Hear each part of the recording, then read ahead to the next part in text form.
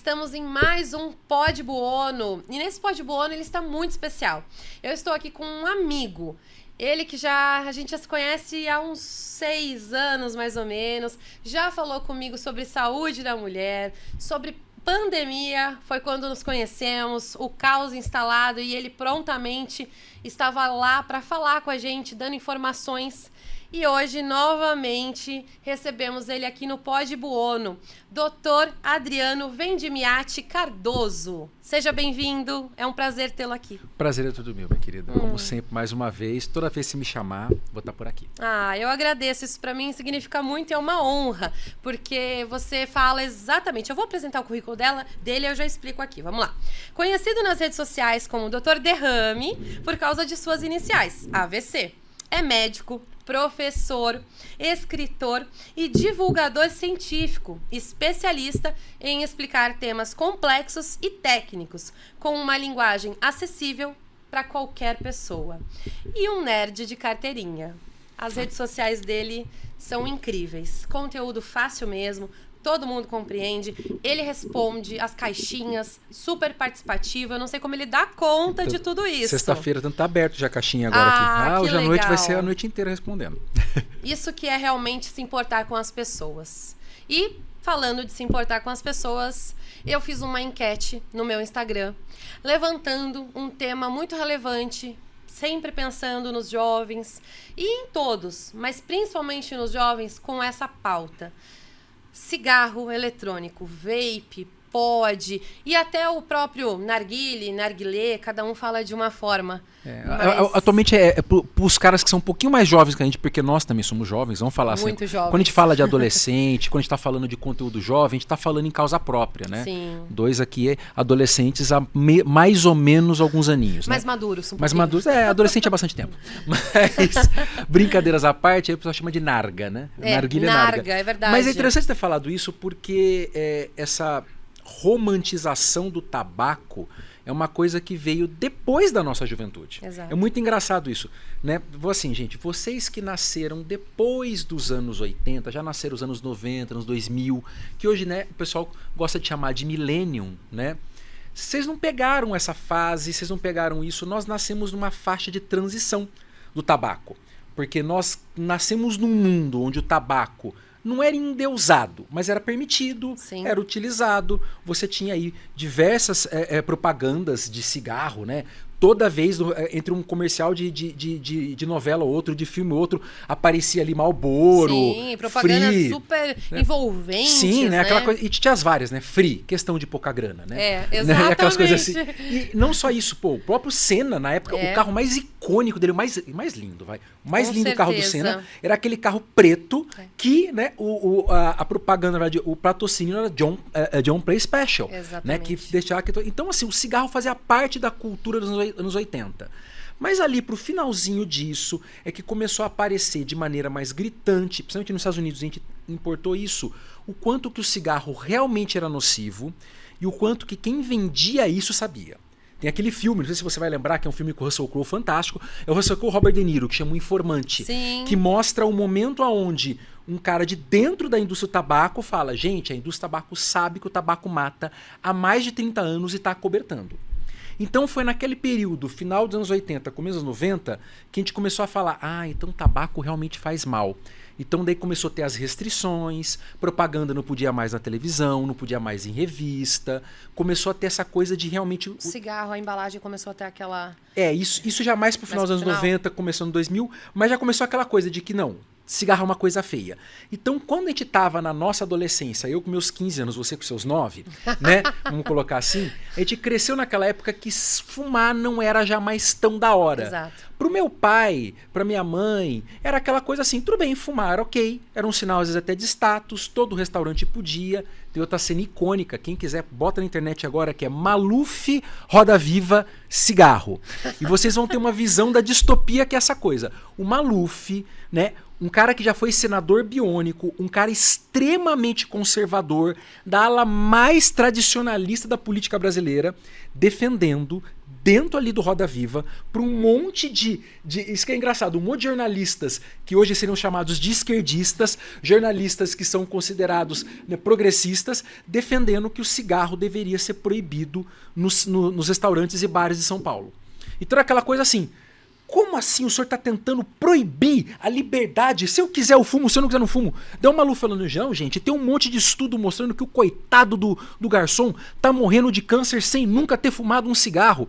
Então uma coisa que hoje em dia, assim, para quem é muito jovem, deixa eu explicar para vocês. Seria a mesma coisa que o Eduardo Bolsonaro tá ali no meio do Roda Viva defendendo a legalização do aborto. Seria mais ou menos isso, para você entender assim a visão política daquela imagem.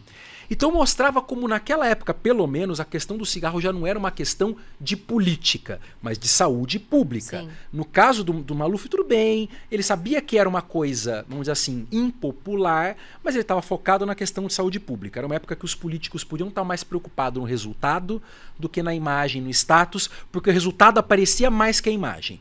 Hoje, você sabe muito bem, mudou. Exato. Mas, em todo caso, nós crescemos numa adolescência, uma época que o cigarro era feio. Essa molecada não.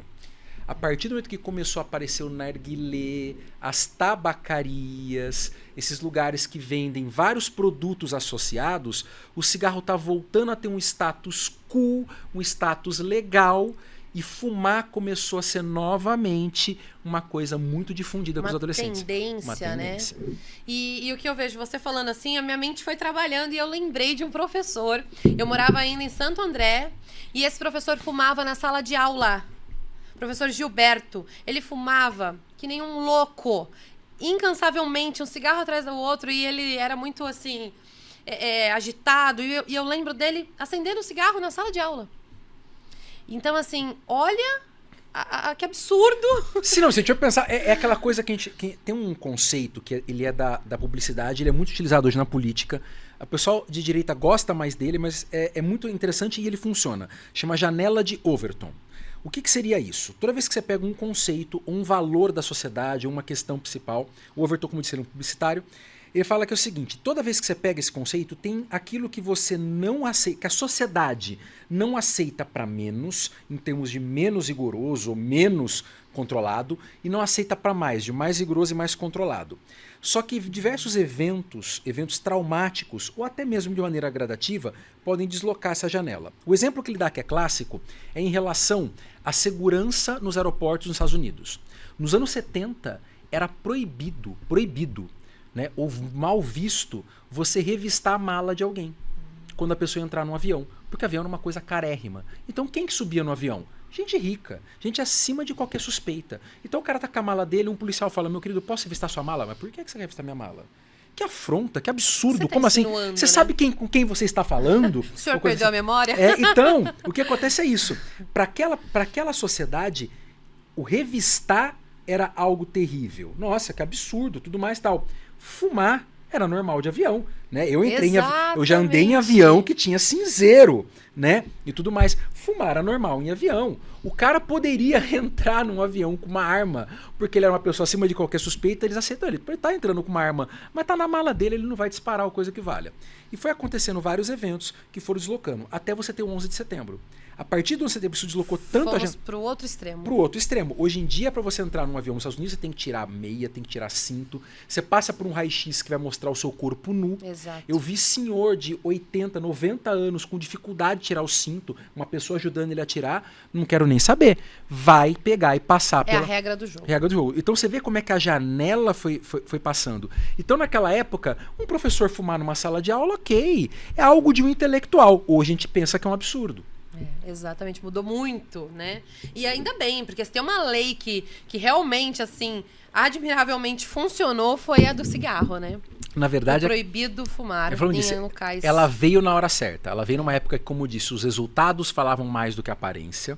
Né? Numa época onde a preocupação com o gasto público com saúde se tornou relevante, num movimento mundial, né? Como eu disse, o Maluf não era nenhum santo ou coisa parecida, mas a questão é que aqui viu um movimento mundial em relação a isso.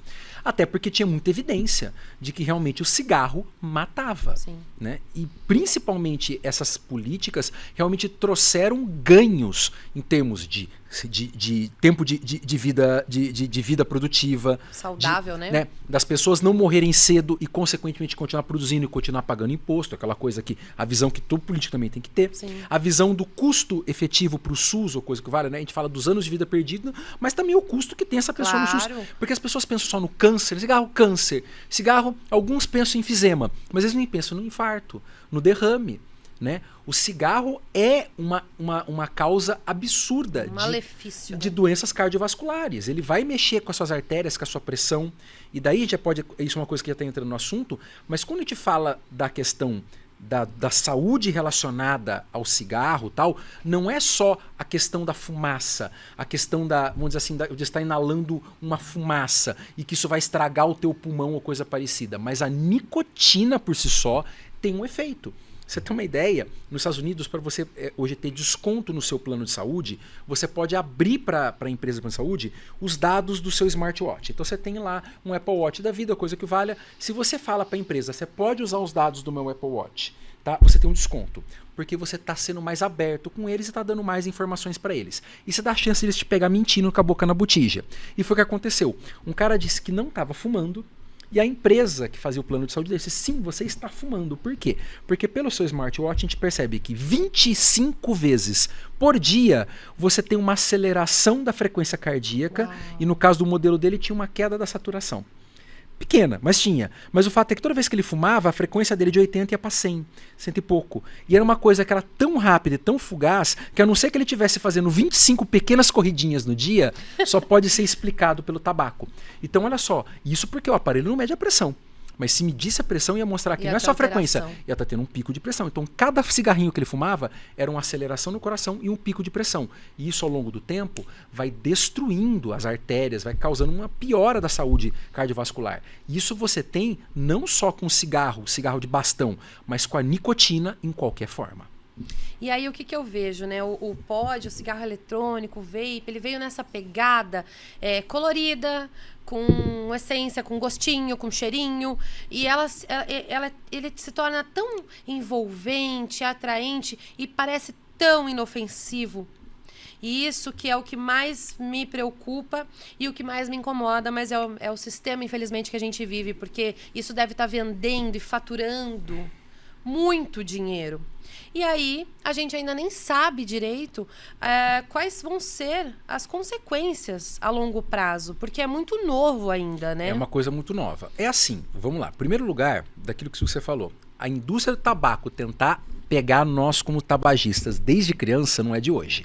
Quem nasceu nos anos 80 sabe do cigarrinho de chocolate da Pan, né? Que toda criança pegava e brincava que estava fumando. Ostentava aquilo, né? Cigarro com sabor, para pegar o paladar do adolescente, também não é de hoje. É o na época cravo. Tinha não só o de cravo, mas o muito mais antigo de menta, sim, entre várias outras coisas. E ele era preto, sim, ele passava mais uma questão de luxo. Sim. A mulher que fumava aquele cigarro, ela era diferenciada. E você tinha até uma coisa que hoje em dia acho que você não acha mais, mas você tinha algumas essências que você podia, sim, pingar no cigarro para dar sabor e coisa que vale. Só abrir um parênteses, tá? Porque esse diferenciada era aos olhos do contexto, sim, né? Era aquela coisa, ilusão. Mercadológica. Exato. Então, assim, a indústria do tabaco tá aí para vender cigarro. Se ele pudesse vender para criança de 5 anos, venderia, tanto que já vendeu. Existe uma boa época em que o cigarro era tido como um estimulante para a criança estudar. Meu Deus. E era tido como também. E era usado também, lógico, né? Nem sempre nos países de primeiro mundo, mas eles vendiam para o terceiro mundo como qualquer coisa, né? E não só isso, ele era utilizado por crianças que trabalhavam na roça, trabalhavam no campo, para aquecer. Então aquela criança com 9, 10 anos que ia trabalhar na roça, o pai pegava, tá aqui o seu fuminho de corda para dar aquela esquentada. Então tem tudo isso, beleza. A indústria do tabaco não tem moral, ela vai querer vender para a criança coisa que valha. Então você pega uma coisa que você fala, já é um nome apelativo, cigarro eletrônico. Ele não é eletrônico, ele é simplesmente um vaporizador. Porque você chama inalador elétrico de nicotina, não ia rolar. Então cigarro eletrônico pode. Então você já tem toda uma questão de brand, de marketing, sim, focado no jovem, porque começou a perceber o quê? que esse é o grande problema do pod. Realmente é um produto novo? É um produto novo. Ou do vape também. O pod são diferentes, mas estão na mesma linha. Sim. Mas qual que é a questão? A questão de que ele não está sendo usado para aquilo que ele foi criado. Por que ele foi criado? Ele foi criado como uma tentativa de ser um substitutivo do cigarro menos nocivo. Entenda o termo, e a pessoa que criou disse, eu nunca disse saudável, menos nocivo, como uma ponte para a pessoa largar do cigarro. Sim. Foi criado dessa maneira. Comprovou-se que ele pode fazer isso? Não. O que aconteceu foi que na Inglaterra, onde ele foi tentado usar dessa maneira, conseguiu-se algum sucesso, mas dentro de toda uma estrutura onde a pessoa começava um processo de eu quero largar do cigarro, e daí além do vape ela fazia terapia, outros medicamentos, mas ele não se mostrou mais eficaz, por exemplo, que PET de nicotina e que usou outras medicações como Champix, né, bupropiona e tudo mais. Ok. Dito tudo isso, só que eles começaram a perceber que quem nunca pensou em fumar um cigarro falava, isso parece interessante. Então eles começaram a perceber que ele seria uma excelente porta de entrada para a nicotina, uma excelente via de venda de nicotina para quem nunca poria um cigarro na boca. Então esse apelo ao jovem, não é só apelo ao jovem, é apelo ao novo. Você tem pessoas de 30, 40 anos que fumam tudo mais tal, Sim. e você tem vídeo de cara fazendo malabarismo com fumaça. Então eles começaram a perceber que assim, de novo, hoje nas redes sociais, você consegue rapidamente perceber qual mercado que performa. Não é que nem antigamente que você tinha que fazer pesquisa, tudo mais e tal. Rapidamente você pega e lança um produto, você lança um vídeo de você fazendo malabarismo com fumaça e teve 100 mil curtidas, você consegue saber a idade de quem curtiu, poder aquisitivo de quem curtiu. Você então, rapidamente eles perceberam, os jovens estão gostando disso, vamos fazer produto para jovem. Sem qualquer escrúpulo nenhum. Né? Sim. Sim, e é uma questão, né, porque assim, os riscos deles são acho que muito piores do que o próprio cigarro tradicional. Vamos lá, tem 3 coisas que são fundamentais quando a gente vai falar do pod. Em primeiro lugar é que a carga de nicotina deles geralmente é muito alta, porque ninguém que eu conheço que fuma pod ou que fuma vape segue a recomendação que na teoria deveria se seguir. Ou seja, se eu tenho ali uma essência que tem o equivalente de nicotina de 200 cigarros, basicamente eu estou dizendo que fumar 1/10 disso, fumar lá tem 10 ml, fumar 1 ml disso equivale a um maço. Então eu tenho que ter a noção de que se eu fumei o equivalente a um maço por dia, entendeu? Eu estou causando, em termos de doença cardiovascular, infarto, derrame, minha pressão e tudo mais, risco dessas doenças, a mesma coisa de quem acabou de fumar um maço. Mas por trás eles dizem, não, mas é menos nocivo. Então os caras fumam em termos de nicotina, muito mais do que um maço por dia. Então a primeira coisa que é problemático dele é as pessoas estão consumindo nicotina muito em maior quantidade por ele, porque é mais fácil consumir nicotina por ele. Mesmo quem é tabagista pesado, fumar mais de um maço por dia é difícil. Muito, né? E olha só que interessante, gente. Não foi à toa que o maço tem 20 cigarros. Eles tiram maços de diversos formatos. Mas começaram a perceber que na média dos tabagistas, mesmo aquele cara mais pesado, passou de 20 ficava difícil. A não ser que o cara apagasse um cigarro acendendo no outro. Né? Tá. Então a pessoa que fuma mais de um maço por dia é aquela pessoa que passa o dia inteiro fumando. É aquela pessoa que não faz nada sem cigarro na mão. Então quer dizer que existe um limite até mesmo, vamos dizer assim, do próprio produto para a quantidade que usa. O próprio viciado não dá conta.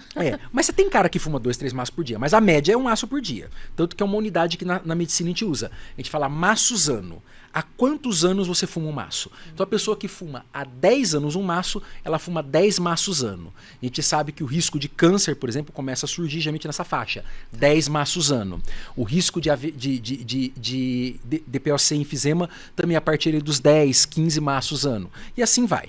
Beleza, então a quantidade de nicotina no vape, no pod, é maior porque é mais fácil de você adquirir.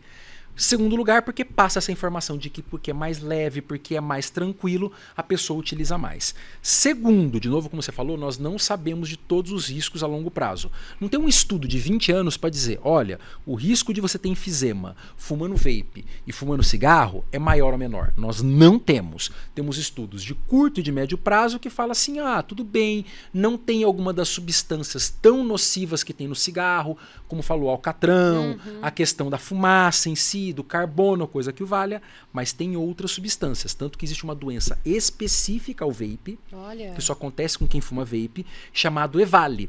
Porque como é que funciona o vape? Ele é um óleo né? Sim. Que você tem ali difundida a nicotina, então você tem um diodo, você tem uma resistência que vaporiza aquela substância, faz um vapor com aquela substância e você inala. Então você está inalando micro gotículas de óleo. E principalmente aqueles que têm vitamina E na composição, essa microgotícula é extremamente tóxica para o pulmão. Então tem uma doença que é gravíssima, que é essa doença pulmonar intersticial secundária ao vape, que é o EVALI. Né? EVALI, que pode acontecer com apenas um único ano de uso. Tem muitas pessoas que aconteceu com 4, 5 anos, mas tem pessoas que com 1 ano disse. E ela é tão grave como se fosse um DPOC, assim, sabe, avançado. A pessoa, basicamente, depois que tem um quadro de EVALI, vai ficar dependente de oxigênio pro resto da vida. Meu Deus do céu. Então, e daí entra aquela situação. Mas, Adriano, se fosse tão comum assim, ia ter um monte de gente. Sim, não é tão comum, mas acontece. E daí entramos no terceiro problema do vape e do pod no Brasil. Ele não é permitido, ele é proibido. Consequentemente, não tem regulamentação. A gente não sabe nem o que tem ali. Você não sabe o que Esse vai é ter. o ponto. É aquela coisa. Você acabou de comprar uma pedra de crack. Daí não é crack que tem ali, é veneno de rato. Sim. Você pode ir no Procon para reclamar. Olha, o cara lá da Boca vendeu para mim, sei lá o quê. Você pode ir na delegacia falar, o cara... Não. Então, quando você não tem regulamentação, pode ter ali qualquer coisa. E daí, se o cara pega e começa a utilizar um óleo de pior qualidade ou uma outra substância que nós ainda nem sabemos, porque sabemos isso com a vitamina E que eu falei. Certo. Agora o cara começa a usar um outro óleo, dar a cabeça dele, eu vou usar óleo de uva. Óleo de semente de uva. Não tem procedência. Você sabe qual que é o efeito de inalar óleo de uva? Não. Vamos descobrir quando as pessoas começarem a morrer. É porque eles não estão preocupados com a sua saúde, né? Não. É claramente você tá usando algo que você não tem nem conhecimento. Tanto que quando você compra, eu tenho várias amigas que fumam. Ah, eu só fumo de final de semana. Ah, é só pra fazer uma graça. Eu não sei, eu realmente não consigo entender. Eu não tenho... Eu não tenho essa vontade, eu nunca fumei. Quando jovem, experimentei uma vez cigarro, quase morri engasgada. Estava com uma amiga que é amiga até hoje. Enfim, e dali eu não gostei, não quis e ok. Porque eu acho que experimentar um cigarro despertou uma curiosidade. Eu tinha acho que uns 17, 18 anos. E falei, pelo amor de Deus, foi horrível. E nunca mais pus cigarro na boca. Não... E eu vejo minhas amigas, muitas delas, né? E a gente tá falando de mulheres já maduras, que estão usando um negócio que é isso aí. A gente nem sabe o que tem na composição. Porque o cigarro, ele tem ali um informativo. Né? Não é nosso informativo. De novo, nós temos mais dados, temos mais informações. Sim. E existe uma regulamentação. E não que eu esteja sim, ali validando, sim. Não, né? O que você está falando é que é uma roleta russa. Exato. A questão principal, acho que é o seguinte. O cigarro, ele sempre vai vencer a pessoa pelo vício. Né? O ato de inalar uma fumaça não é algo saboroso. Sim. Mas ele tem um efeito positivo na pessoa. A pessoa tem uma sensação de bem-estar pela nicotina, pelo que ela tem. Só que daí o que acontece é que a pessoa tem que vencer esse mal-estar inicial do cigarro para começar a se acostumar com o mal-estar inicial e a partir desse momento começar a colher os benefícios, vou fazer uma aspa gigante, do cigarro, o bem-estar do cigarro. Sim. Então ela acostuma com o ato de estar inalando uma fumaça e toda vez que ela inala o cigarro, ela tem um bem-estar. Só que daí, a partir daquele momento, ela vai ficar nessa pelo vício.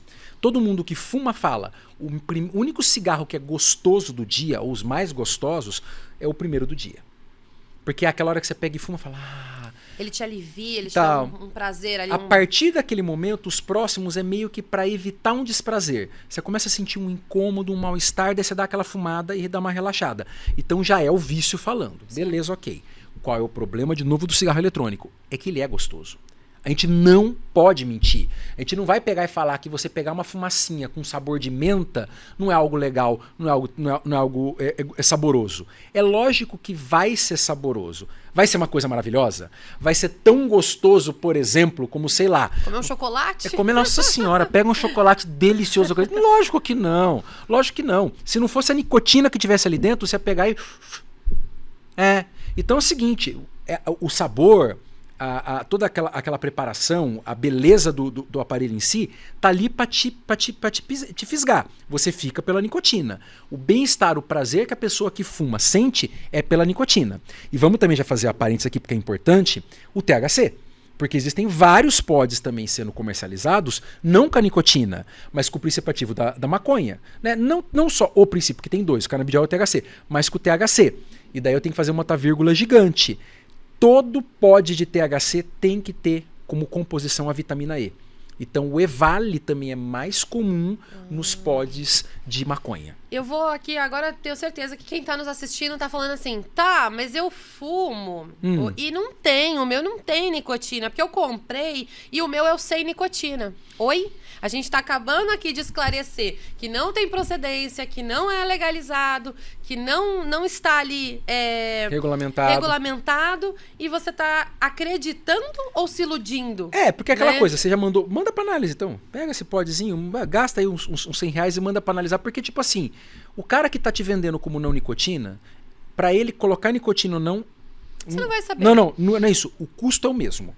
O custo é o mesmo. Pelo contrário, é até mais caro fazer talvez sem nicotina, porque você vai ter que fazer uma produção menor, porque vai vender menos. Então tudo aquilo que eu faço em massa sai mais barato. Claro. Então é mais barato para ele fazer um com nicotina do que fazer sem. Tá bom, qual é a chance de você viciar num sem nicotina? Essa. Então, para ele colocar nicotina e vender para você dizendo que é sem nicotina, é fácil. Mas mesmo que seja sem nicotina, já estamos falando que só o óleo em si já tem risco, já tem problema. Então, meu querido, você está só fazendo graça, está só fazendo... Mal, né? A você mesmo. Só está fazendo ali uma graça que vai te custar. E correndo um risco à toa. Inalar qualquer coisa que não seja oxigênio, entendeu? O remédio que o médico te prescreveu vai trazer algum risco.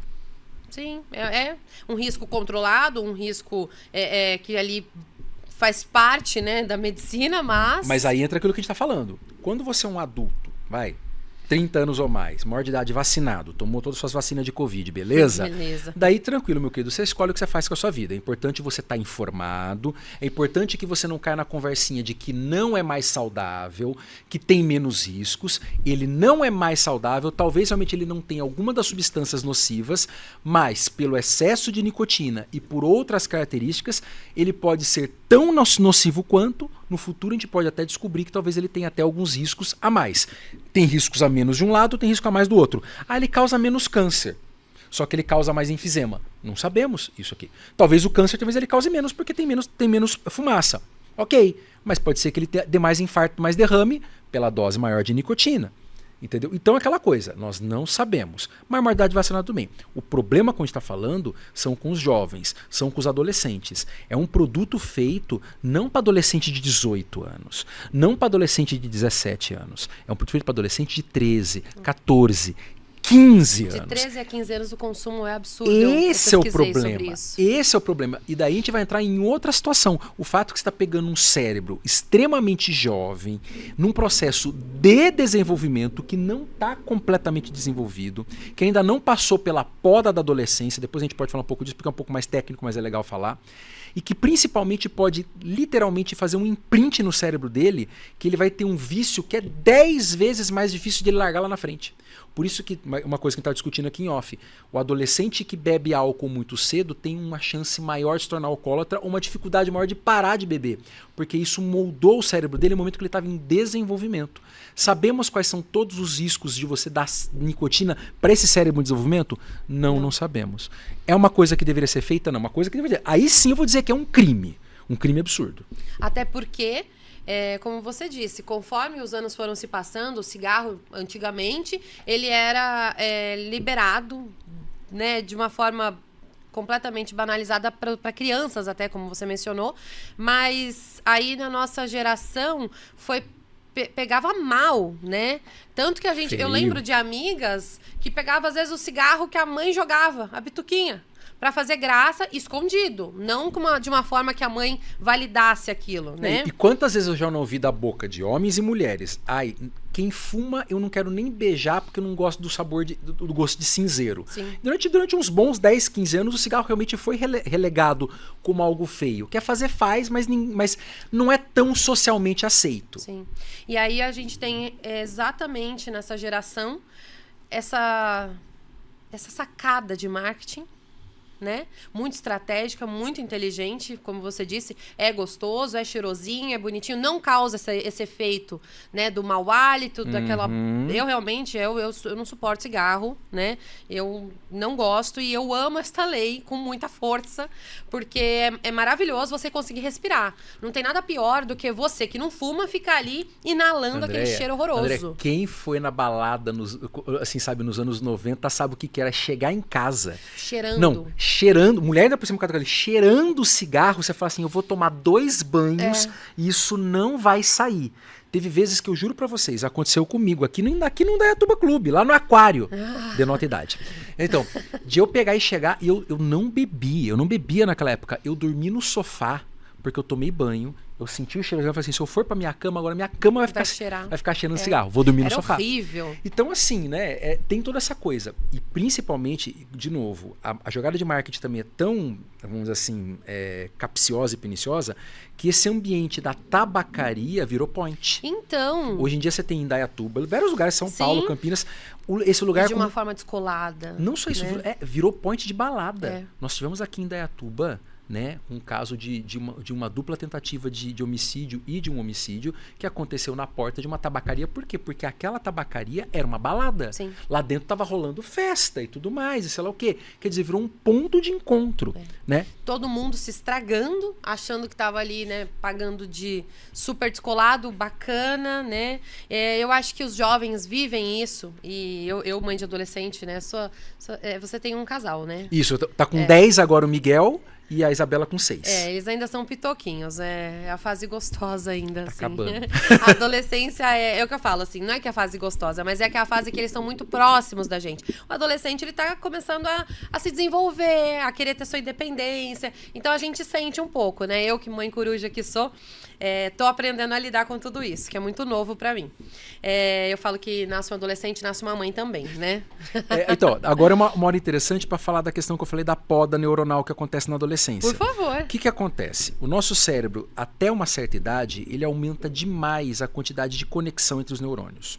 Então o cérebro vai tendo um aumento de volume, neurônio não cresce mais novo nunca mais na sua vida, mas as conexões também, né? Os nervos dentro do cérebro. E isso aumenta o volume do cérebro, o tamanho do cérebro. Então durante toda a sua infância você está criando conexões. Quem é mãe de adolescente sabe. Teu filho hoje ama uma coisa, amanhã começa a odiar. Hoje ele adora uma comida, amanhã ele começa a odiar. Hoje ele ama uma música, amanhã ele fala, ai mãe, que chata essa música. Tal. E você fala, o que está acontecendo? Essa poda neuronal. Acontece literalmente uma poda, uma destruição, um desligamento de milhões de conexões entre os neurônios nesse período da adolescência. E ele é um processo, assim como você faz uma poda de planta, que você corta a planta para ela crescer mais forte, que é fundamental para depois, no futuro, esse cérebro jovem se tornar um cérebro adulto maduro. Então você criou um monte de conexões que são inúteis, que foram criadas e que estão lá só realmente, entre aspas, causando confusão. Então o cérebro fala, o que eu reforcei durante todo esse tempo? Quais foram as vias que eu mais usei? Essas e essas. E essas aqui, estão em desuso. Corta. E nessa, você começa a ter um remodelamento do cérebro. E é nesse momento que aflora a personalidade do adolescente, que é completamente diferente da criança. E que é completamente diferente do adulto que ele vai ser lá na frente.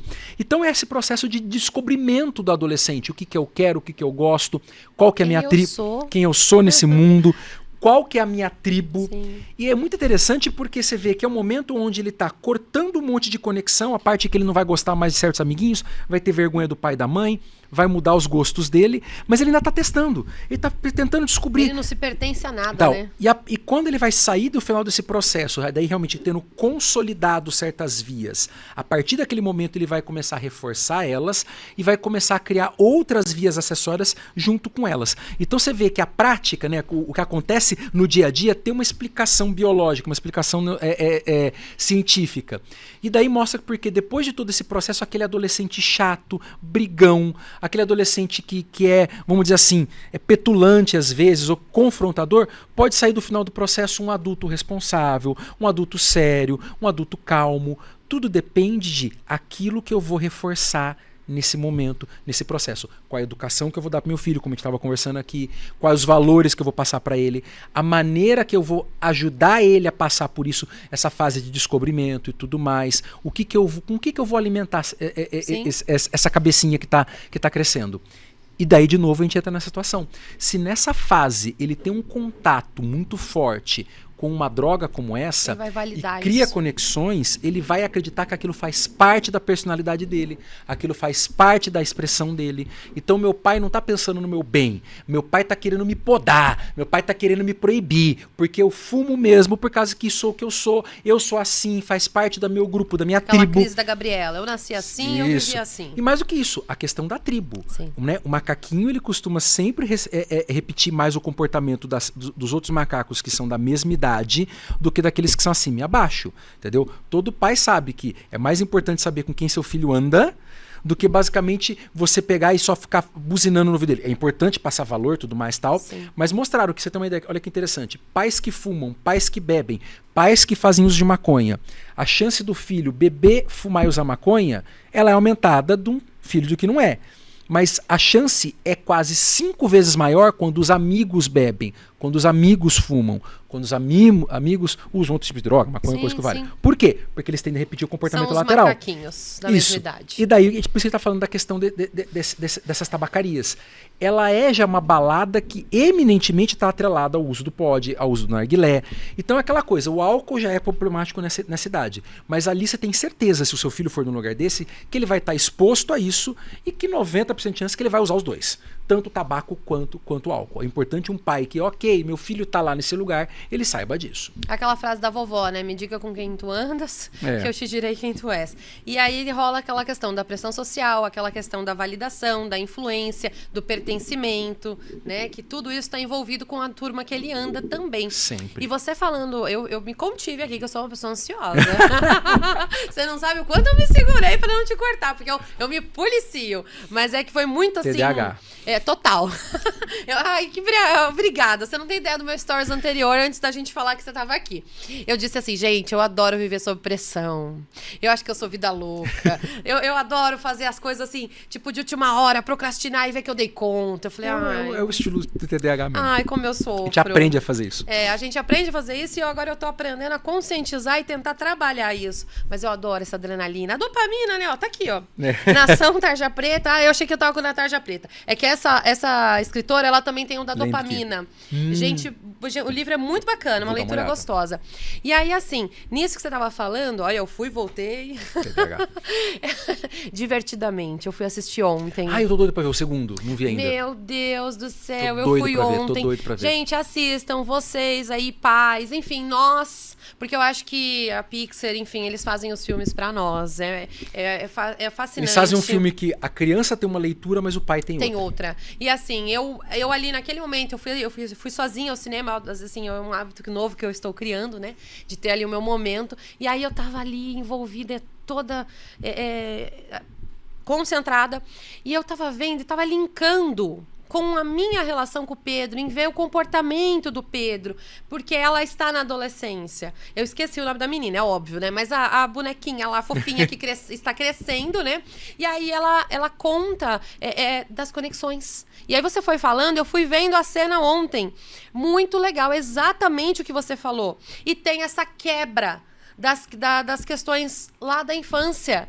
E mostra exatamente isso. Então, assim, quem não assistiu, assista, principalmente depois de ouvir tudo isso aqui, porque é de forma lúdica, você vai ouvir, você vai ver a mesma coisa que o doutor Adriano está contando aqui para nós. Fantástico. Mas e é interessante que é uma forma visual de você colocar uma coisa que já tem, como disse, muita ciência sobre o assunto, e que às vezes traz muita ansiedade dos pais, que eles falam assim, onde foi que eu errei com meu filho? Não é uma questão de você errou, meu querido. Seu filho adolescente não vai ser igual ao seu filho criança. Não quer dizer que ele vai ser pior, mas é uma outra fase, é outro desafio, é outro momento. E se você pegar e tentar lidar com ele como você lidava com seu filho criança, você vai sofrer.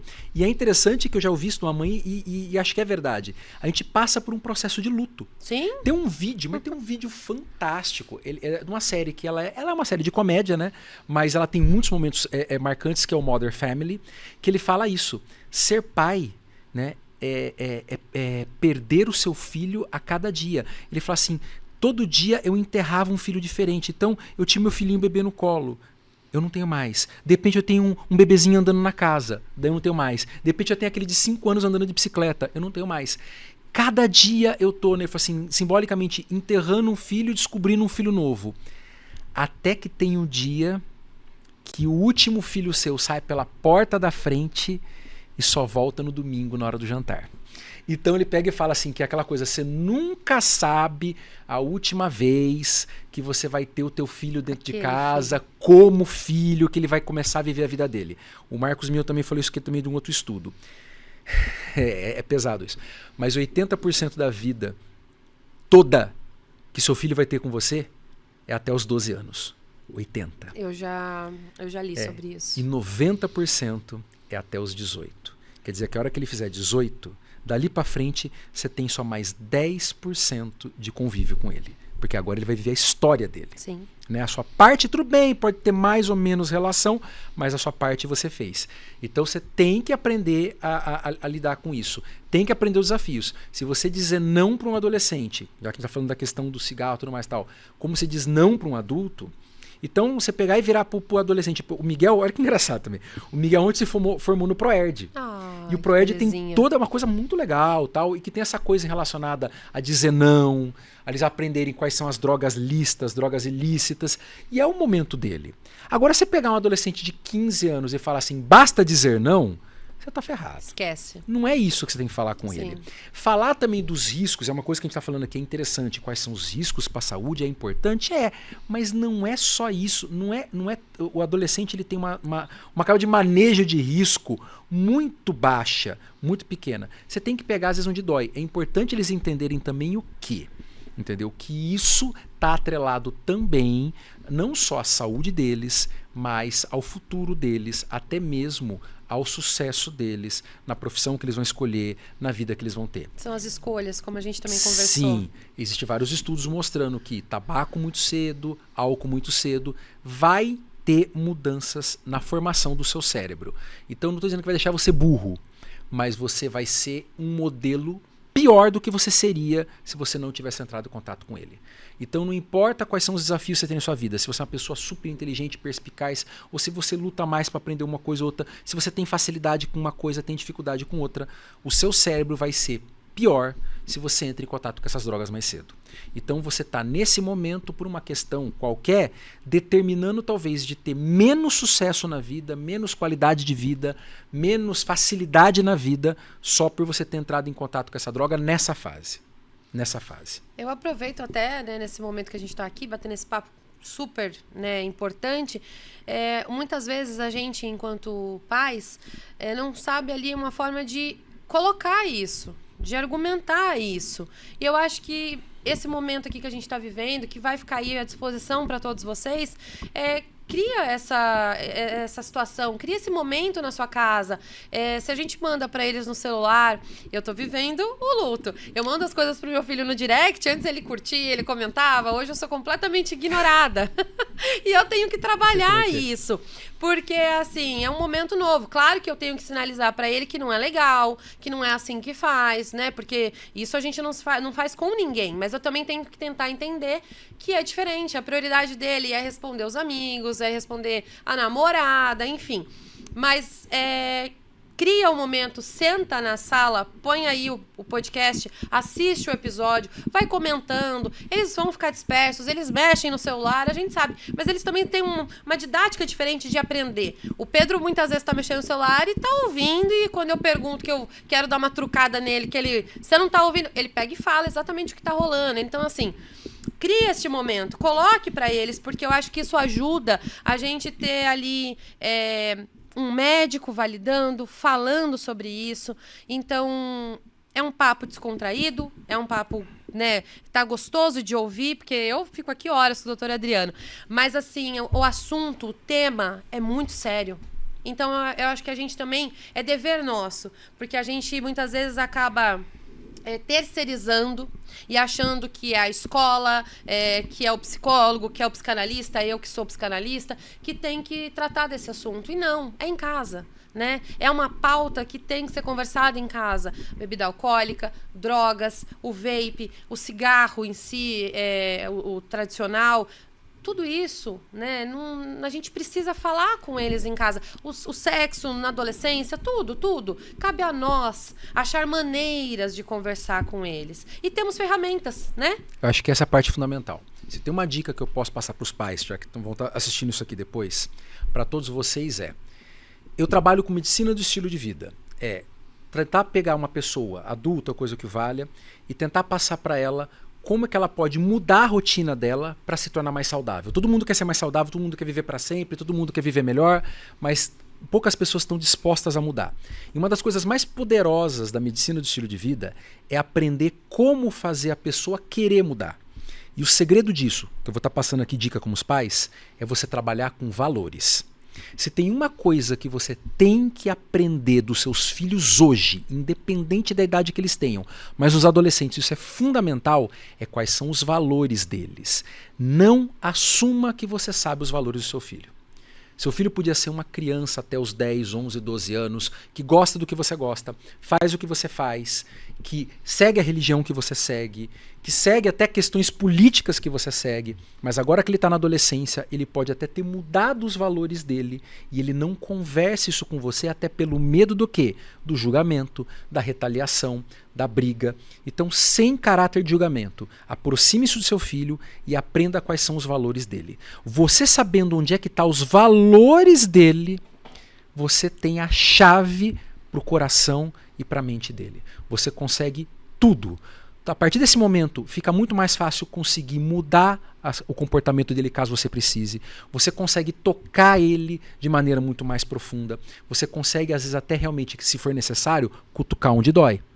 Então é aquela velha história, aquele exemplo clássico que fala assim, né? Você pega anos 90, né? Você chega para adolescente e fala assim: você tá de castigo, vai pro teu quarto e não vai sair daí até o final de semana. Mãe, sacanagem, sei lá o que tal. Chega hoje em dia e fala: você tá de castigo, vai pro teu... Não, sai do teu quarto e vai ter que desligar o celular. Quer dizer, até o que é castigo mudou. Você mandar o adolescente ficar trancado no quarto, ele já faz. Ele agradece. Ele agradece, ele já faz isso. Se isso é castigo... Eu tô lendo um livro, Comunicação Não Violenta. Uhum. E ela fala exatamente sobre isso, a escritora. A questão do autoritarismo. Essa forma de educar funcionou com a gente. Sim. Né? Funcionou assim, claro que trouxe consequências. Mas assim, o olhar do pai ali, você já, pelo amor de Deus, você sabia que ia dar ruim. Né?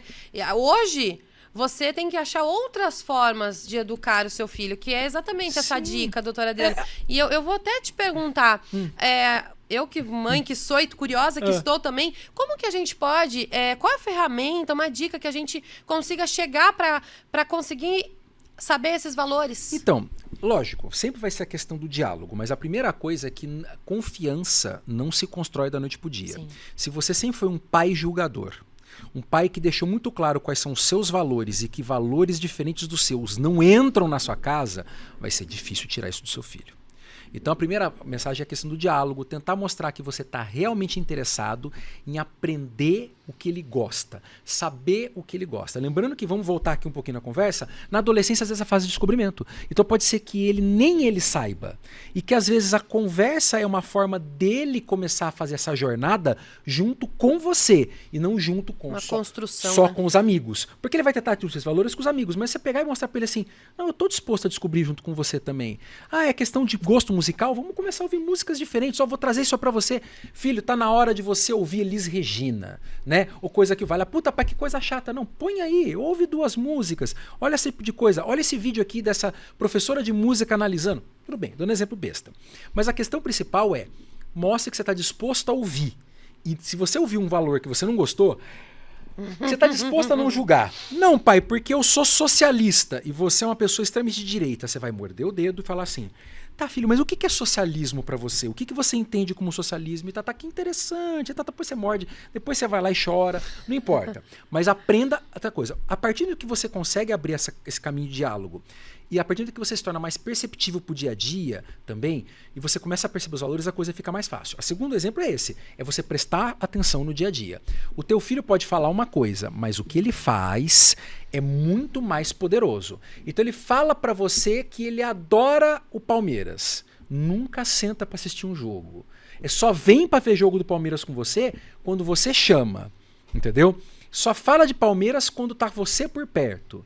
Então, meu querido, das duas uma, ou ele é corintiano e ele tá com medo de falar pra você porque você é palmeirense, ou ele nem gosta de futebol pra começo de conversa. Ele tá tentando te agradar. Tentando te agradar, ou pelo contrário, tá tentando ganhar ponto com você, porque ele sabe que se ele fazer esse jogo, você vai deixar ele pegar o carro, vai dar dinheiro no final do mês. Eu sempre falo que a política começa em casa. Sim. Então, assim, poxa, então ele não tá. Ele não me procura, ele não manda mensagem, ele não troca coisa comigo. Então, pelo visto, aquela paixão do Palmeiras do menino criança não passou para o adolescente. Preste atenção no comportamento do seu filho. E por último lugar, presta atenção com o que ele anda. Como eu disse, o valor dos amigos dele vai ser o valor dele. Se ele anda com um grupo, entendeu? Que só ouve heavy metal, que usa camisa preta, que usa corrente, essa é da nossa época, hoje em dia não acontece. Mas só ouve heavy metal, que pega e tira o final de semana para ir pra galeria do rock, ele não vai ser um cara que vai querer ir pra Faici com você. Porque não faz parte da tribo, do valor dele. Ele não se identifica, né? E a partir que você conhece o valor, você muda mais fácil. Quer o exemplo que a gente está falando aqui? Adianta chegar para uma criança, para um adolescente, que não tem como valor a saúde, que nem está pensando em saúde, e começar a falar para ele dos riscos do vape para sua saúde? Falar sobre ele infarto, não se conecta com falar isso, né? sobre derrame, falar de câncer. Isso vai entrar por ser pelo outro. Tá muito distante para ele. Agora, vamos supor que ele é aquele cara que adora coach financeiro e se preocupa com o mercado financeiro. Você falar para ele que o uso do cigarro pode reduzir o ganho dele no futuro, opa. Não, ele é um cara completamente desprendido de bens materiais, mas ele é um cara que é viciado em coisas intelectuais e videogame. O cigarro pode fazer com que você se torne uma pessoa mais burra, vamos dizer no português assim. Tal. Ela pode dificultar as suas conexões cerebrais, pode dificultar a sua performance em esporte ou coisa que valha. Você tá pegando... Se você não consegue perceber, você pode falar que pode piorar a performance sexual dele, já que ele tá na fase da adolescência. Sim, não importa, é um argumento válido. Para ele vai ser muito considerável. Sim, isso, inclusive. Então, é aquela coisa que, de uma forma ou de outra, você tem que saber onde é que está o valor dele, onde é que a coisa pega, né? E daí você percebendo aquilo que é importante para ele, você conversar sempre as coisas sobre a ótica dele, dos valores dele, não da sua ótica. Esse que é o desafio. Ai, que lindo. Muito obrigada. Isso foi esclarecedor e eu tenho certeza que abre a mente dos pais, porque é o que eu tanto falo e faço, né? Porque por mais que a gente seja psicanalista, quando a gente se vê ali mãe, parece que nenhum conteúdo a gente consegue aplicar. A gente precisa buscar ferramentas e nós temos acesso hoje. Tá muito fácil. Claro que temos que saber aonde buscar, né? Mas tem informação, tem livros, tem podcast, tem audiobook, tem para todo mundo, né? E de uma forma gratuita. Então, assim, eu vou te fazer uma pergunta que, por exemplo, o adolescente que já está viciado, o adulto que já está viciado no cigarro, acredito que deve ser igual para os dois, tanto o cigarro, né, o eletrônico quanto o tradicional. Como conduzir isso? Como trabalhar isso? A primeira coisa é entender que, óbvio, a primeira parte é a pessoa querer parar. A família querer parar, as pessoas em volta querer parar, nunca vai funcionar. Mesmo que ele entendeu que é importante para mim parar de fazer esse uso. O tratamento geralmente envolve, na maioria das vezes, você começar a entender em que situações, em que locais você faz. O uso do cigarro, eletrônico ou não, ele é dentro de um contexto social, ele é ritualístico. Lógico que a pessoa que é muito viciada vai fumar o tempo todo, mas geralmente a pessoa que começa fumando tal lá, depois do café eu fumo um cigarro, ou eu fumo vape toda vez que eu vou na balada, fumo vape depois que eu vou na casa de fulano. Então você começar a entender em que situações sociais, em que rituais que eu estou fazendo e tentar evitar esses rituais, ou criar rituais que são diferentes. Então agora, a hora que eu for na casa de fulano, eu já nem vou levar porque eu sei que eu vou fumar.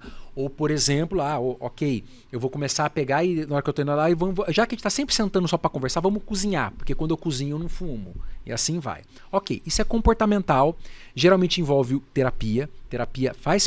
o tratamento é sempre multidisciplinar, desculpa que o termo fugiu. Sempre multidisciplinar. Então envolve a parte de terapia, o terapeuta vai te ajudar nessas coisas. Para a maioria dos pacientes, ajuda a reposição de nicotina, seja na forma de PET, seja na forma do chiclete. Lembrando que o pod foi criado para tentar ser um repositor de nicotina, virou a desgraça que virou. E se você tem uma fissura, uma gana muito forte, uma necessidade muito forte, tem medicamentos né, que Pra são combater. alguns antidepressivos que têm esse efeito de reduzir a gana. Então a terapia, o tratamento funciona. Em primeiro lugar, a pessoa querer parar. Segundo, tá fazendo acompanhamento com um profissional, um médico, pneumologista, otorrino, que faz segmento clínico, que faz segmento com quem quer cessar o tabagismo. Sim. Junto disso, terapia, muitas vezes poder trabalhar também. O que esse cigarro significa para você? Em que contexto que ele está inserido? Ele é só um prazer? Ou ele é o maior prazer da sua vida? Será que não está faltando você ter outras fontes de prazer na sua vida? Atividade física, outros hobbies, e simplesmente para você poder pegar e distribuir essa coisa e não colocar todas as suas fichas no cigarro? Terapia. Segundo lugar, reposição de nicotina. E terceiro, alguns medicamentos. Perfeito. Porque a nicotina em si, ela causa essa dependência que é onde ela gera esse prazer, né? Esse é o ponto, Sim, é isso? Ela é uma droga, ela vai causar o prazer. E outra coisa, ela é uma droga de ação tão rápida que depois, de novo, você não fazer tem o desprazer. Mas o fato é que para muitas pessoas, assim como acontece com a comida, né? Às vezes é uma das fontes, se não a maior fonte de prazer da pessoa. A pessoa tá Uma fuga. a pessoa tá só no trabalho, sei lá o que, tal, que tipo assim, aquele é o ponto alto do dia dela. Se o ponto alto do seu dia é a hora que você vai pra balada, bebe uma cervejinha e abre e liga um vape, tem uma coisa errada. Tá? Não estou dizendo que você não pode querer sair com os amigos ou tomar uma cerveja ou coisa parecida. Mas o fato de que essa é a única fonte de prazer, é o teu ponto alto da semana. De segunda a sexta, a tua vida é um inferno. E só na sexta-feira, a hora que você faz isso, é que a tua vida tem algum sentido. Reflita. Tá na hora de fazer psicanálise. Reflita. Aliás, é bem-vindo para todos a todo tempo, né? Sim. É muito importante a gente trabalhar a gente mesmo. Eu sempre bato nessa tecla e insisto. Acredito muito nessa questão da gente se autoconhecer, porque isso ajuda a gente entender muito sobre nós, né? E faz toda a diferença quando a gente começa a se compreender, porque aí a gente se liberta. E é interessante como, né, já entrando na questão da psicanálise, por que a igreja ela assume um papel tão forte para tirar muitas pessoas do álcool, da droga e do cigarro?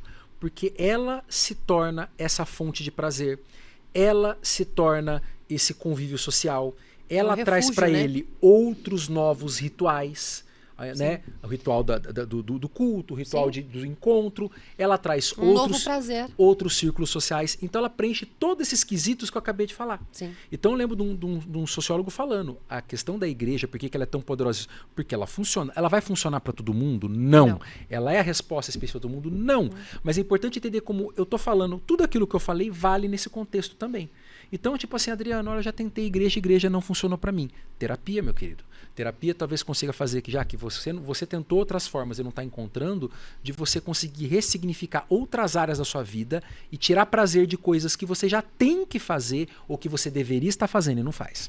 Perfeito, perfeito. Gente, que alegria te receber aqui. Eu acho que é um assunto que dá pra gente conversar por muitas horas.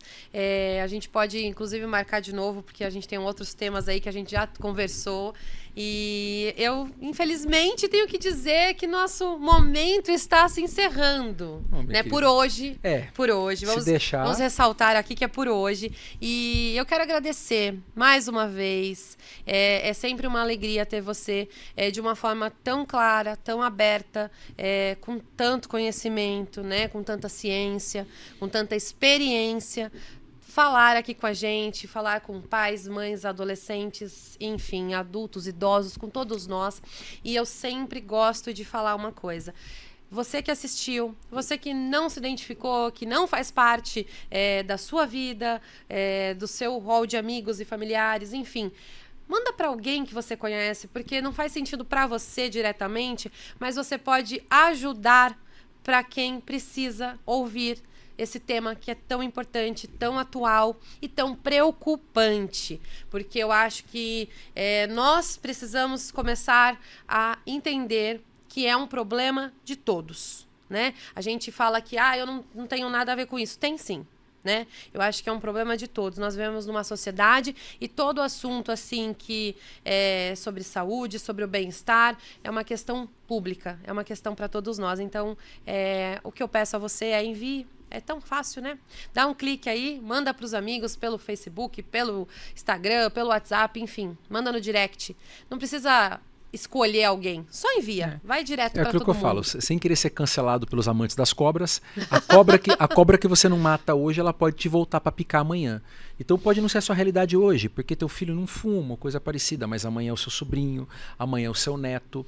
De uma forma ou de outra, enquanto a gente tem uma droga não legalizada, porque o pó, de novo, ele não é regulamentado, ele não é permitido a venda no Brasil, sendo vendido para crianças e adolescentes e causando um impacto de saúde pública que a gente ainda não sabe o tamanho, como sociedade a gente tem que se mobilizar. Perfeito. Tá? Eu acho que tem várias coisas em relação à questão de drogas, de álcool, que tem que ser discutidas, mas se tem uma coisa que é indiscutível criança e adolescente não deve ser nunca o público-alvo de qualquer tipo de substância, lícita ou ilícita, que causa as alterações. Perfeito, perfeito.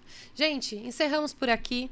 Muito obrigada. E mais uma vez eu digo de novo, obrigada por estar aqui. O prazer é todo meu. Quando convidar, eu vou estar aqui. Gente, um beijo. Até mais.